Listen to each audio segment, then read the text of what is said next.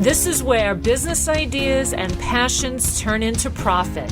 Whether you're dreaming of becoming your own boss, but don't know how to get started, or have already started a side hustle and wish to grow it exponentially, your host, Victoria Wieck, can help you turn your passion-based business ideas into profit.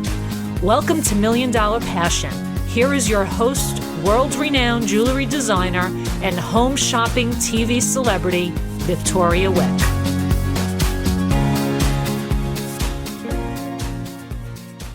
Welcome to another episode of the Million Dollar Passion. Many of you who are in small businesses, or some of you who might want to actually start one, know if you live in the United States, or if you're, within my voice, any country really, one of the biggest things that kind of are in your mind, but you don't action it until you actually need it. It has to do with law, like lawyers. I know it's a kind of a scary thing to deal with a lawyer, and not all lawyers are bad. I've got a couple of lawyers myself, my family, and they're not evil. But I always wondered why, we all kind of wait until something happens to us, and then we frantically will find a lawyer, and you usually find somebody at the last minute, and, you're trying to understand the situation you're in.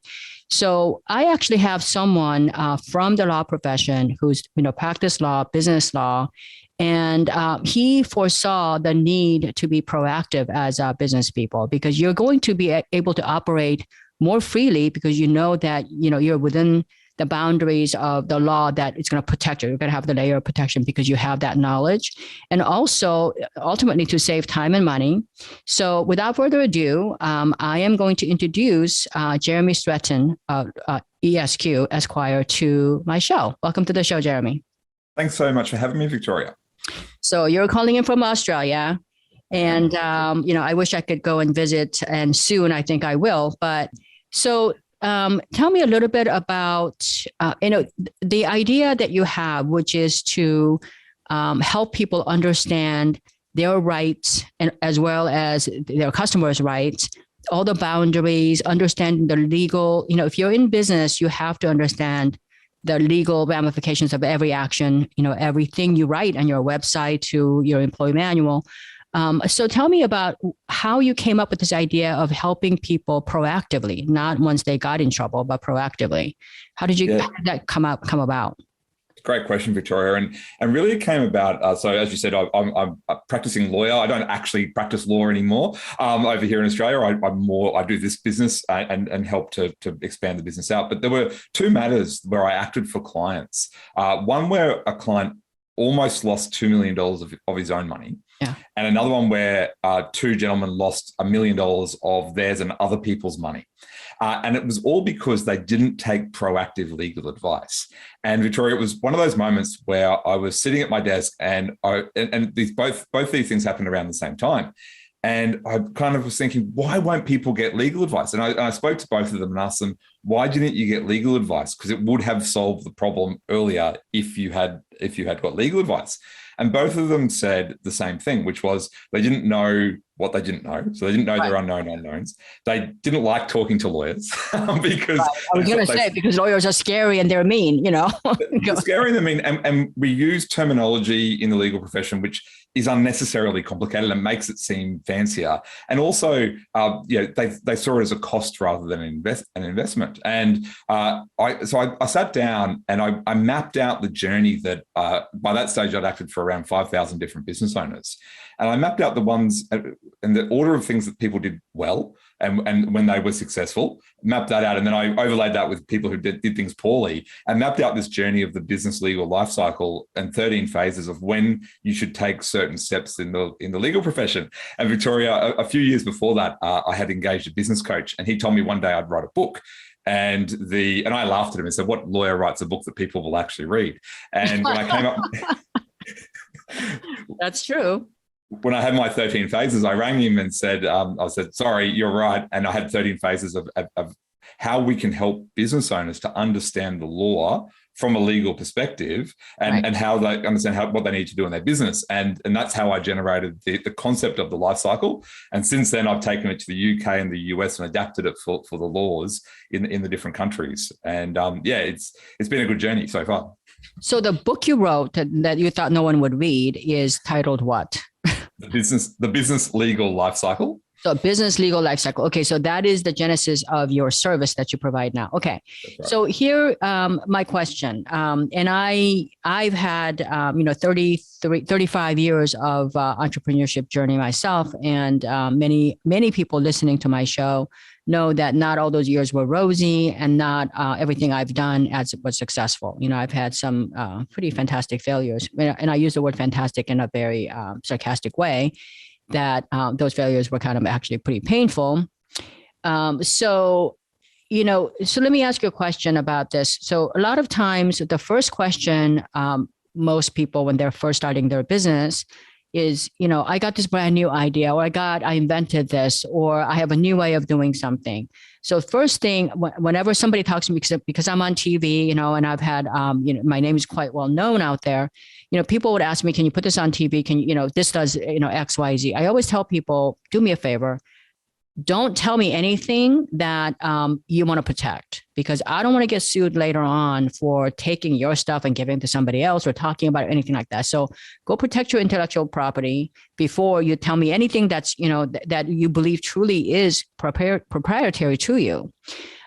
Because a lot of entrepreneurs don't even think about NDAs or protecting their intellectual property, their rights, their trademarks, or even they don't even think about that. They keep talking to anybody who will listen.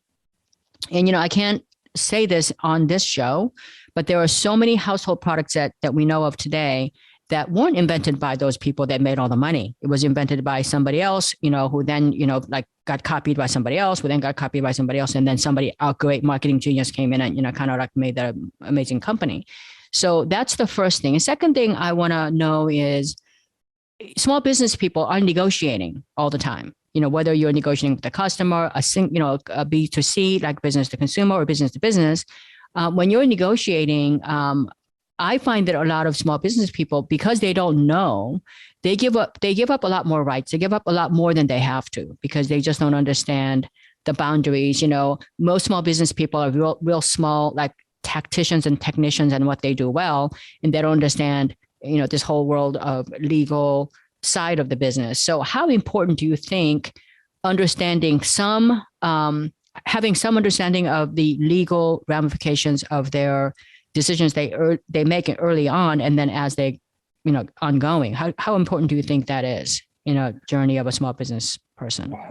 I think it's crucial. And I think education really is the key here, because there's so many different nuances with the law. There's so many different parts of the law. You talked before about non-disclosure agreements. You need to work out whether that's actually right for you, whether that's the right thing. And right. And that's where I said before, the unknown unknowns. Yeah, as a business owner, when you start out business, you don't know what those problems are going to be. You don't know what they could be. So this is where you need to talk to a lawyer and research yourself about what it is that you might need in your business from a legal perspective, because there are certain steps that you need to take in a business to protect yourself.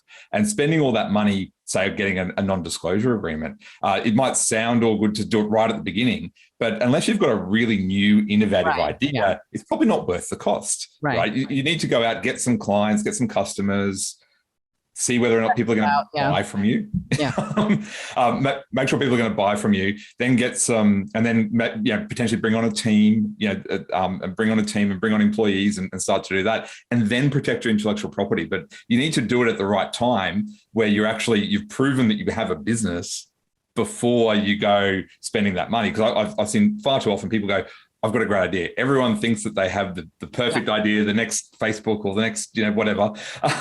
And you need to prove it out first, and then prove it, and then protect it, I should say.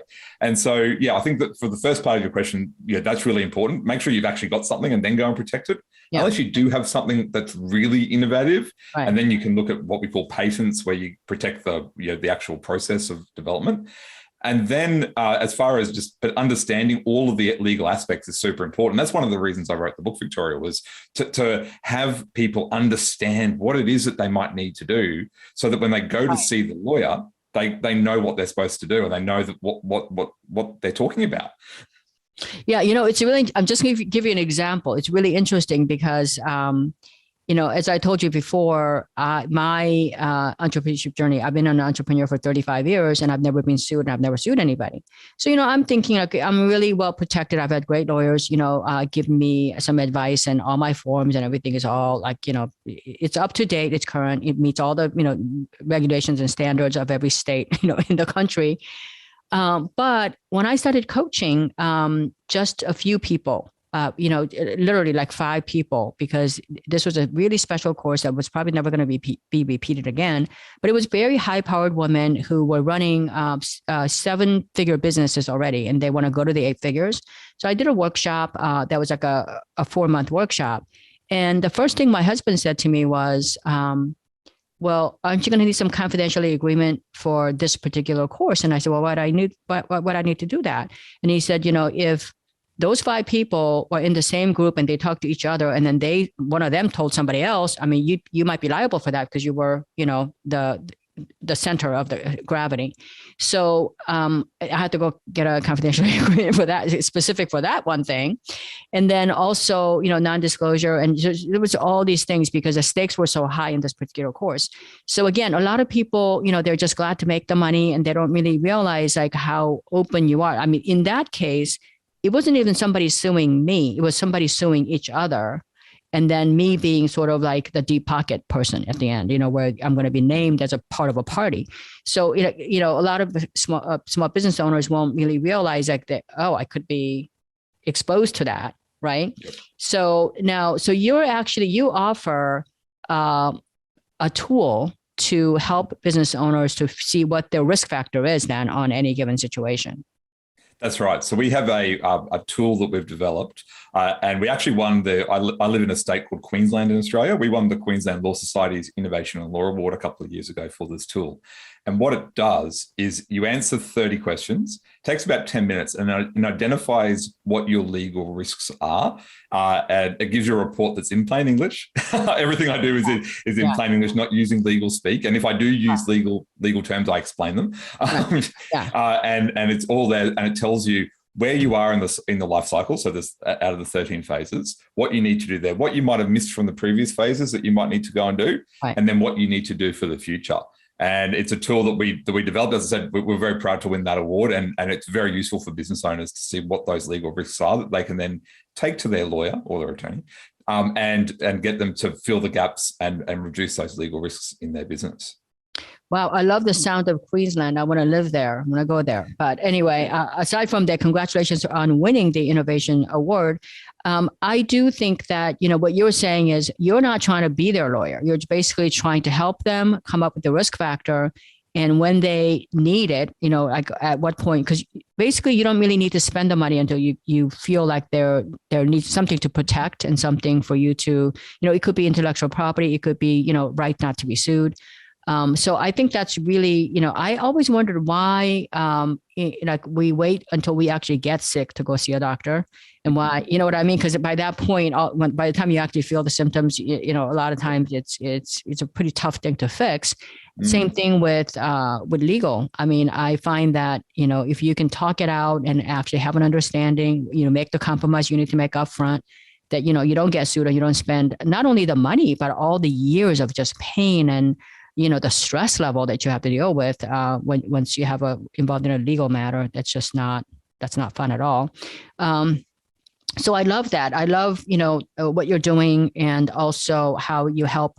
And I say, and I'll talk about, like, when I talk about small business owners, if you're selling vitamins, for example, whether you're selling vitamins, cosmetics, coaching services, massage service, anything you do, ingestibles, especially ingestibles, you're going to need, some layer of protection. I know when I'm on TV on, both on HSN and Shop HQ now, cosmetics people, many of you who are listening to me, you're a female and you have probably watched these cosmetics shows and, cosmetics advertisements.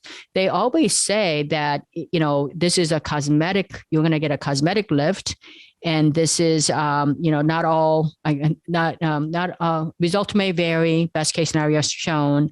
And they'll say something like, this is a temporary lift, or there's always some disclaimers in there so that it, helps them. It doesn't, it reduces the appearance of fine lines and wrinkles. It does not reduce the wrinkles and fine lines. A lot of people kind of overlook that, but if you're ingestible, same thing, there's the equivalent of that in everything. Cause you just have to cover yourself, because there could be somebody who sits there and say, you know what, I use this cream, $30 cream, and it didn't take away all my, I'm not looking 40 years younger. I don't know what happened, And that's the point, Victoria, that a lot of people don't realize that they can protect themselves. They don't think, first of all, that they might need to, but then there's the next part that you can actually protect yourself. Now, you can't protect yourself for everything. Yeah. But there's a lot of things that you can protect yourself on. And if people don't look and don't understand the law, we have a tagline, you can understand the law without a law degree.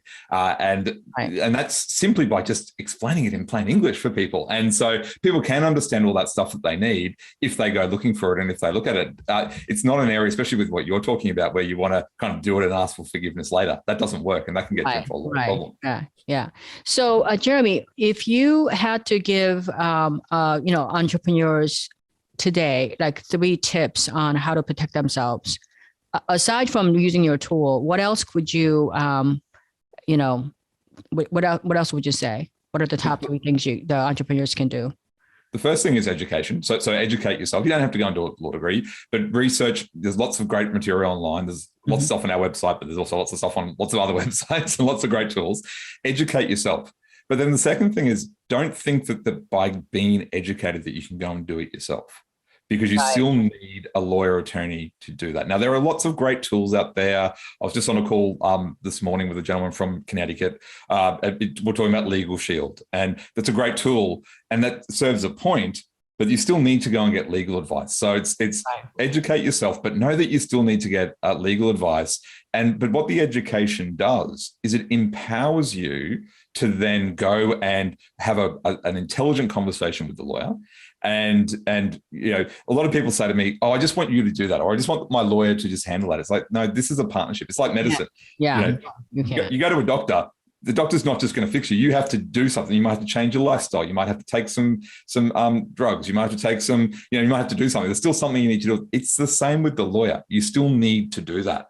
And the third thing I'd say is be curious. Be curious as to what might happen. And don't just, as I said before, don't just think that you'll fix everything later on, because those 2 gentlemen, they're just 2 examples, and that lost $1 million of other people's money and nearly lost $2 million of his own money. I talk about that around the world. Like, I've been to the UK, the US, South Africa, lots of places around the world, and I talk to lawyers about this, and they all come up to me afterwards and say, "You know what? I had someone who had a very similar situation," and it might sound extreme.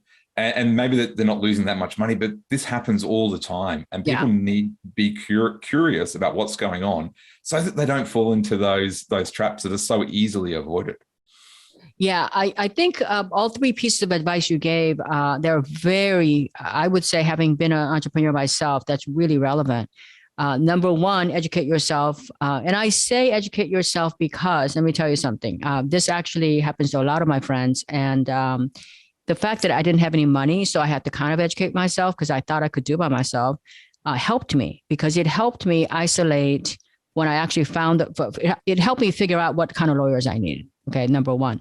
Number 2, I told you I have 2 lawyers in my family, and yet I actually, none of my family members were able to help me. I didn't use them for my business because it did not relate to what they were doing. My sister does family law, my brother does pretty much logistics, but educating yourself, understanding what you actually need, so you can kind of like surgically find the lawyer who specializes in that particular category. That's the first thing.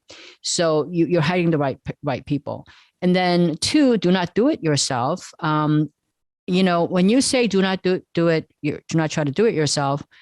What I did was, when I negotiated this, mega contracts, I mean, my contracts were north of, $1 million, $10 million at a time.